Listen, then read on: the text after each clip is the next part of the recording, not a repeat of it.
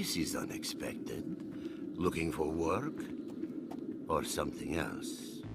One of my favorite video topics is the best small businesses to run in Star Wars.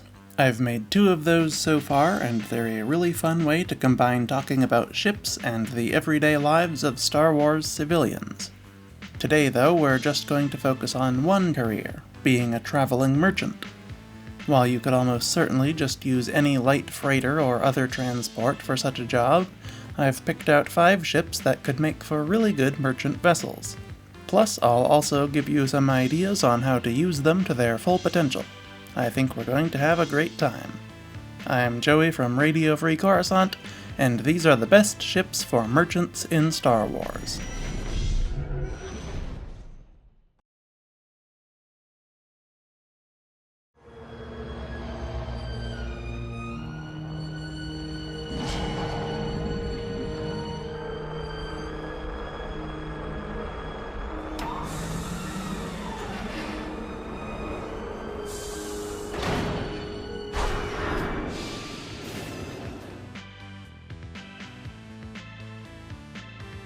U-55 Orbital Loadlifter.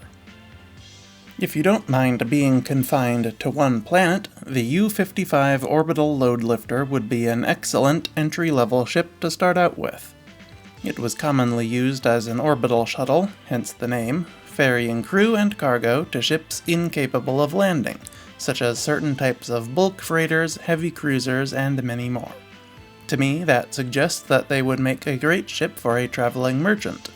Arrange its interior to accommodate shelves for your wares and a small sales counter, and you have an instant shop you can take anywhere on a planet that you want. The U-55's traditional role servicing capital ships in orbit also gives me the idea to use it for a business catering to these ships, if you live on a planet with a large freight hub or similar logistical apparatus. Perhaps instead of a store, you run a small restaurant and sell fresh local cuisine to the crews of bulk freighters stopping by to transfer cargo. Or maybe you specialize in souvenirs or some other local goods the freight crew may be interested in that they can't get anywhere else. I really debated whether or not to put a ship with no hyperdrive and as small as this on the list, but you could fill a really interesting economic niche with one of these that wouldn't require a bigger or longer ranged ship. And why pay for what you don't need?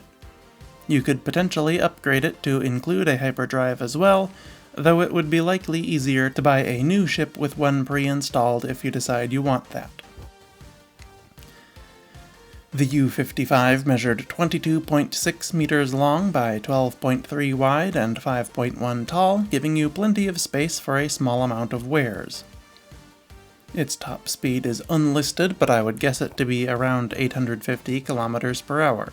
Its crew consisted of 2 pilots and an engineer, and it could carry 60 passengers. That sounds like a lot of potential customers all at once, but I expect that was the maximum possible number of people you could fit in one, not necessarily how many it had seats for. And you certainly wouldn't fit that many in after you put up shelves and tables or whatever you need for your business. We don't know what the U-55's cargo capacity was, but based on its role of carrying things to orbit, I would guess that it was fairly substantial, perhaps 25 to 50 tons. Otherwise, you would have to make a lot of trips. We don't know the price either, but I would guess that without complex systems like a hyperdrive, shields, or weapons, it would likely be very affordable, perhaps around 20 to 25,000 credits. G-9 Rigger-class light freighter. The next ship on our list is the G-9 Rigger. This antique light freighter may not be a glamorous or inviting craft, but it would be a great ship for a merchant on a tight budget. With its massive double-decker open cargo bay in the back, it would be the perfect place to build your traveling shop in. It also had a large rear deck that could be used for outdoor market stalls, seating, or whatever your business needs. I would recommend building a retractable awning to keep your customers comfortable in the shade, but even if you don't, this would still be a very useful space. Just remember to pack everything back inside the force field around the cargo bay before you take off. It also had a few interior rooms as well, including crew and passenger quarters, and a small medical bay. If I were to use the G9, I would set it up to have larger and lower value items on a couple of tables on the deck, then smaller and higher value items on shelves inside the cargo bay. I would also put the cash register in the cargo bay as well, and possibly appoint a droid to be the cashier. Then I would store extra inventory in the passenger quarters and possibly the medical bay. This video may be about traveling merchants, but I do think the G9 would be great if you wanted to run a traveling restaurant. I'll save that for a future part 3 of the best businesses to run in Star Wars, though. If you like this video, go check out the 2 of those that I made next. The G9 canonically measured 34 meters long, 17 meters wide, and 16 meters tall, but those dimensions don't match its on-screen proportions even remotely. My calculations suggest that it should be about 34 meters long, 44 meters wide, and 28 meters tall. It had a top atmospheric speed of 700 kilometers per hour and a Class 3 hyperdrive. It required 2 crew and could carry 6 passengers and 70 tons of cargo, which should be plenty of capacity for a shop selling any type of goods. It was also armed with a double laser cannon, a single laser cannon, and a laser cannon turret to protect your goods from pirates. A new G9 would cost you 85,000 credits, but you aren't going to find a new one. Used models cost only 45,000 credits. Still a significant cost, but not too expensive considering its incredible convenience. Wayfarer-class medium freighter. Next up is the Wayfarer. This obscure ship completely failed on the freighter market because it was designed around a gimmick where it could pick up modular containers, but only proprietary Kuat Systems engineering containers could fit. It couldn't pick up standard cargo containers.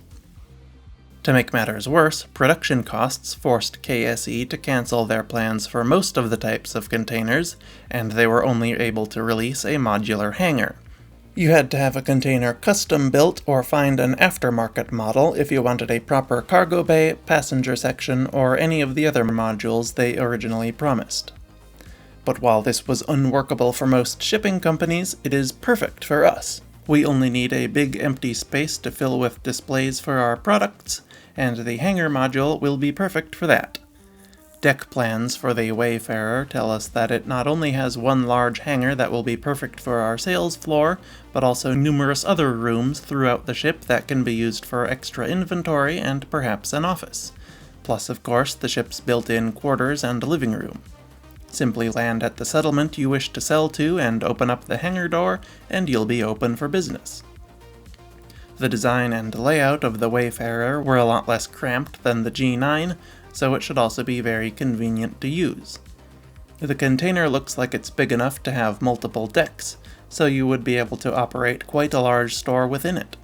Given its low sales and cancellation, it may be difficult to find one of these ships, but it should be well worth the effort to do so. Also, the Wayfarer's distinctive asymmetrical appearance may help to attract customers. While it is a lost art these days, it used to be quite popular to design buildings with a strange shape to entice passers-by to come in and take a look. In the Earth decades of the 1920s and 30s, it was very common to see roadside attractions built to look like hats, ice cream cones, teepees, and much more. While the Wayfarer is a pretty far cry from that programmatic architecture, and indeed not that weird at all in the grand scheme of things, it's still a shape that the public wouldn't encounter every day and would at least grab their attention a little.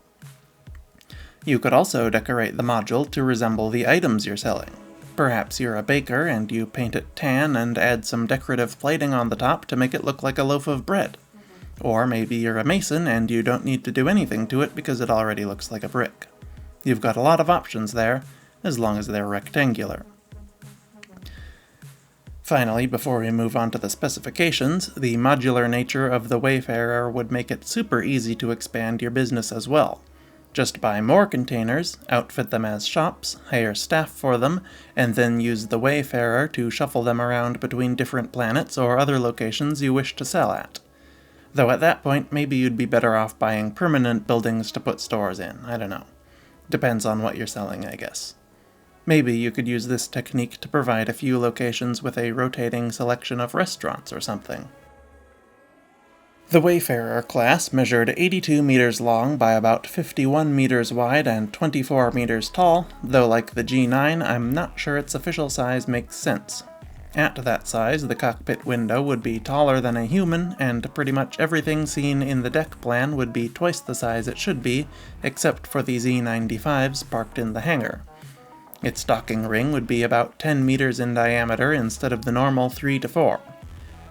Somewhere in the 30 to 40 meter range of length would make more sense to me given its appearance, but because it was originally created for an RPG sourcebook, I have to assume that the stats were made first, and whoever drew it just didn't think that through quite enough. We will stick with the original size. Anyway, it had a top atmospheric speed of 830 kilometers per hour and a Class 2 hyperdrive. It requires a crew of 10 and could carry 6 passengers, 220 tons of cargo, and 3 months of consumables. It was armed with a quad laser cannon and a single laser cannon. It also had a complement of 2 starfighters, but we're sacrificing the hangar space for those to put our shop in. The Wayfarer cost 140,000 credits new, but like the G9, you're only going to be able to get a used one these days, which will only run you 50,000 credits. C-ROC Gozanti. I talked about the Gozanti freighter a few weeks ago in my critically acclaimed video on the best ships to live in, so I was hesitant to mention its cousin so soon after that. But the C-ROC is very visually different from the vanilla Gozanti and has some extra features, so I thought it was worth the slight repetition. The C-ROC Gozanti measured 73.9 meters long by about 26 wide and 22 tall. It had an incredible top speed of 1200 kilometers per hour thanks to its 5 Novaldex JV80 ion drives, and it had a Class 3 hyperdrive. It was said to be armed with 2 quad laser turrets and 4 twin heavy ion cannons, but those do not match the visible armaments of the ship, a single laser turret. Supposedly the others are retractable, but I think it's more likely the opposite situation to the Wayfarer's size. The writers of the RPG sourcebook those weapon stats come from didn't look at the thing they were statting when they decided on what it was armed with. But anyway, it had a crew of 12, a pilot, a co-pilot, an engineer, a comms and sensor operator, 2 loadmasters, and 6 gunners. You could almost certainly get by with just a pilot, engineer, and the loadmasters for our purposes, though. It could also carry 20 passengers, 4,000 tons of cargo, and 2 months of consumables. The C-ROC costs quite a bit at 190,000 credits, but if you already own a standard Gozanti, you can have it upgraded to a C-ROC for considerably less. A used Gozanti is only 50,000 credits, so while we don't know what the upgrade procedure costs, it would probably be more economical to buy used and upgrade rather than buy a brand new C-ROC. The C-ROC is unfortunately not as shop-suitable as the previous ships, but it can still be useful nonetheless.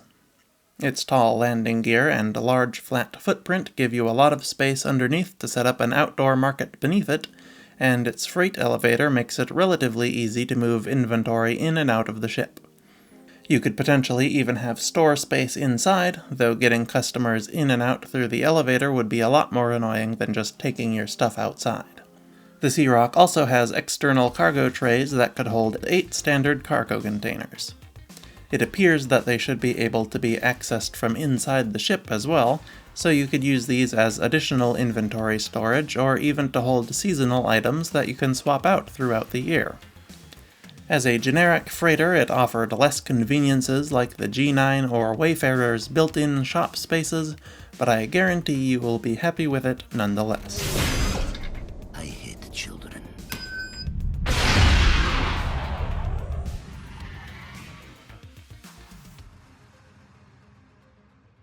Darius G-class freighter. And for something a little bit bigger, I recommend a Darius G-class freighter. There are many much larger freighters on the market, but the Darius G is likely the biggest you could get without having to hire dozens of crew, making it the final ship on today's list. You would be able to carry quite a lot aboard one of these, though the store space would be even more lacking than that of the C-ROC.